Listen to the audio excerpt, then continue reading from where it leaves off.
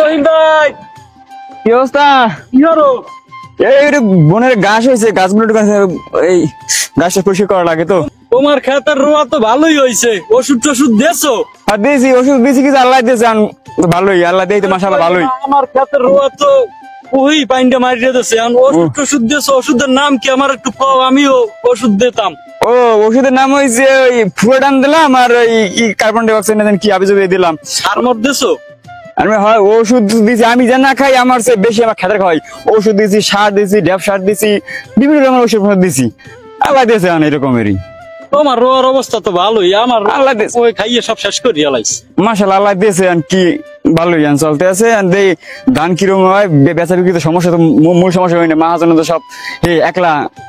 গরু ওইটা কি আর তোমার? হ্যাঁ, এই লগে লগে আমি পাইছি, লগে লগে ওরা লইছি, ওর ঘাস খা খুলে খাইবে না করতে না, আমি আসি না, পরিষ্কার করি মোটামুটি। খা, যাইস না কেন? হয়তো কোনো কাম কাজ করো, পান্তা পানি কিছু খাইছো? ওই আমার খাওয়া লাগবে, ওই একবার সব কাম কাজ গুছাইয়া একসরে যাইয়া খামো সমস্যা। উপরে তোমার কথা আছে। তোমার তো বয়স হয়ে গেছে মোটামুটি, খারাপ না। আরে কইও না, কও। আচ্ছা রহিমিয়া, হ্যাঁ এবছর তো ফসল ভালোই হয়েছে, আল্লাহ তো ভালোই দিয়েছে। আমার রোয়ার চাইয়া তোমার রোয়া অনেক ভালো হয়েছে। হয় না ভাই, আল্লাহ দিয়েছে তো ভালোই। এখন বাজারের দরের চিন্তা, মহাজনে কি করে আল্লাহ মাহবুব জানে। বাজারের নিয়ন্ত্রণ তো মাতবারের রাত। হয়, এখন আমরা তো বাইরে বেচতে পারি না, বেচা তো লাগবে মাতবারের দ্বারে।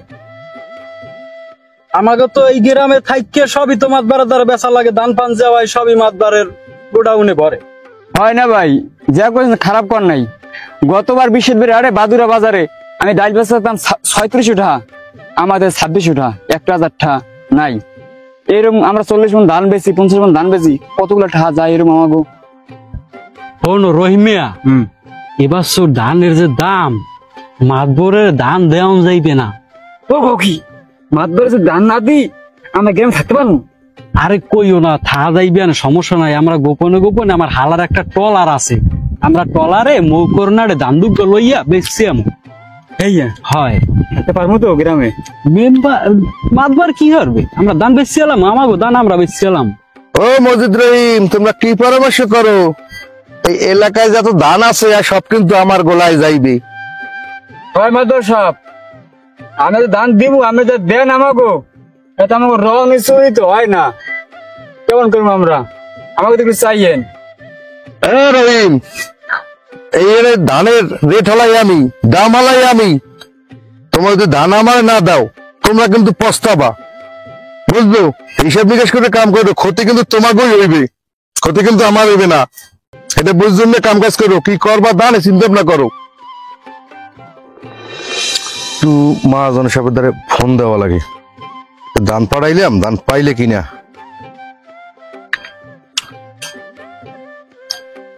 আসসালামু আলাইকুম মহাজন সাহেব, আছেন কেমন? ও ভালো আছেন। ওই ধান পাঠাইছি 400 বস্তা, হাসেম গাজীর ট্রলারে পাঠাই দিছি আমি, বড়টাই 400 বস্তা পাঠাই দিছি। এখন ধানটা পাইছেন কিনা এটা আমার কন। ও ধান পাইছেন, এখন ওই যে ধান আরো 800 বস্তা আছে, বুঝলেন? এলাকায় একটু সমস্যা চলতে আসতো, এখন ওটা 800 বস্তা আমি গুছাইয়া আপনার পাঠাই দিব অনেক। হ্যাঁ হ্যাঁ হ্যাঁ হয় হয় হয় হয়, আপনি চিন্তাই করেন না, আপনি রেটটা একটু ভালো দিলেই হইবে আমাদের। আপনি রেটটার দিকে খেয়াল রাখবেন, ধান এলাকায় যা আছে সব আপনাদের পারবো, আপনি নিশ্চিন্তে।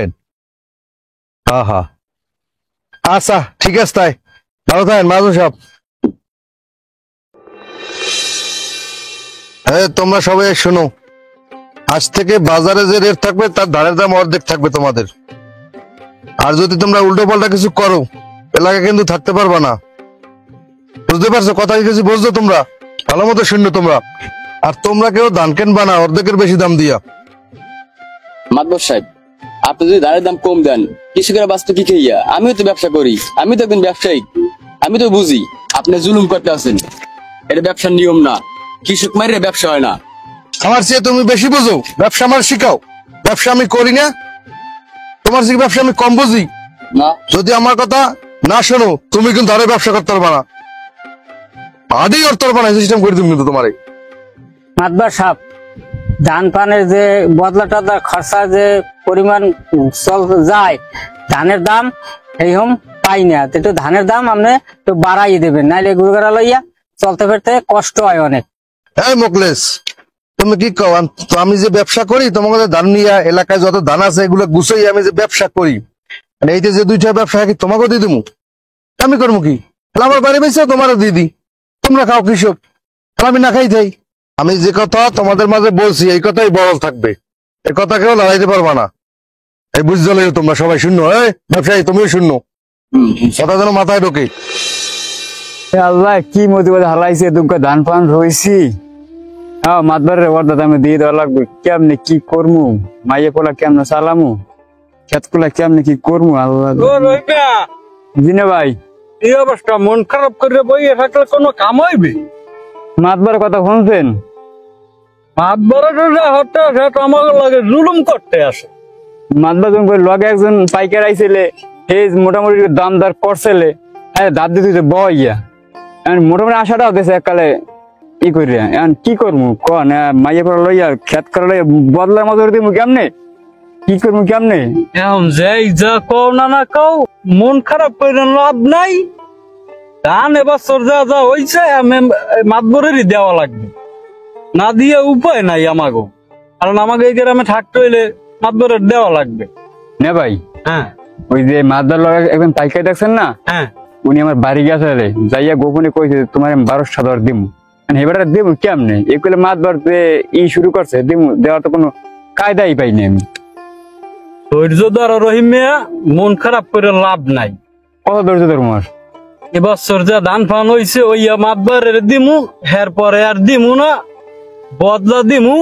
দরকার ইট খোলায় কাম হরমু, ইট খোলায় লোক লাগে, দাদন দিয়ে রাখবে আগে, আমরা ইট খোলায় কাম করবো। হে বাক্তার মাতবার নিতে পারবে না? পারবে না, হে বাক কেমনে পাইবি? তো মন খারাপ করে লাভ নাই, আল্লাহর বিচার আল্লাহ হরবে। তুমি একটু ধৈর্য ধরো, আর দেখতে পারবা না নিজের চোখে। লও চলতে তো পারি না, ধৈর্য কত ধৈর্য ধর্ম। লও কোলাই লও, এবছর এই উইটুই রুয়া বাদ দিয়ে দিমু, এই বছরই আর আর করবো না।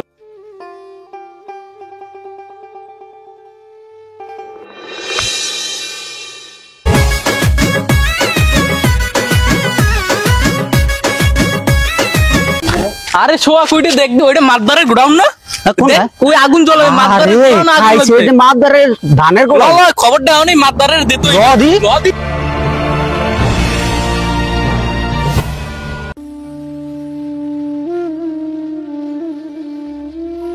আরে আমার ধান গেছে পয়সা, 800 বস্তা ধান কপালটা রে এ গেছে পয়সা আমার। এ মহাজনার দিমু কইছে 800 বস্তা ধান, কি দিমু এখন? আমার সব শেষ হয়ে গেছে।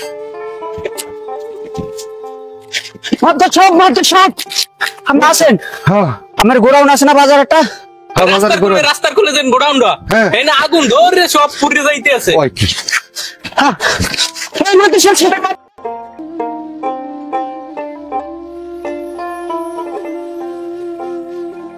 আল্লাহ, আমার ধান, ওরে ধান, আল্লাহ এত কষ্ট বিলাস করে এই ধানগুলা রাখলাম, এই নষ্ট হয়ে গেলে। মাতবার সাহেব, হুম, বললাম আমের গোডাউনে বলে আগুন লাগছে, ঘরে বলে 800 বোতল ধান থইছেন, হ্যাঁ বলে পচে গেছে। কোলাই গনে খবর পাইয়া অন্য আমের দ্বারা আইলাম। কি হয়েছে একটু বিস্তারিত মোগলাকে কইবেন? বিস্তারিত কমু কি বেটা, বাজারে ম্যানেজারের দায়িত্ব দিয়েছিলাম, ধানগুলা হেই পরিচালনা করে। এখন হে কি আটকাই মাটকাই আইছে, না কি হরছে, না বিড়ির আগুন হালাই থুইছে, না মানে হালাইছে।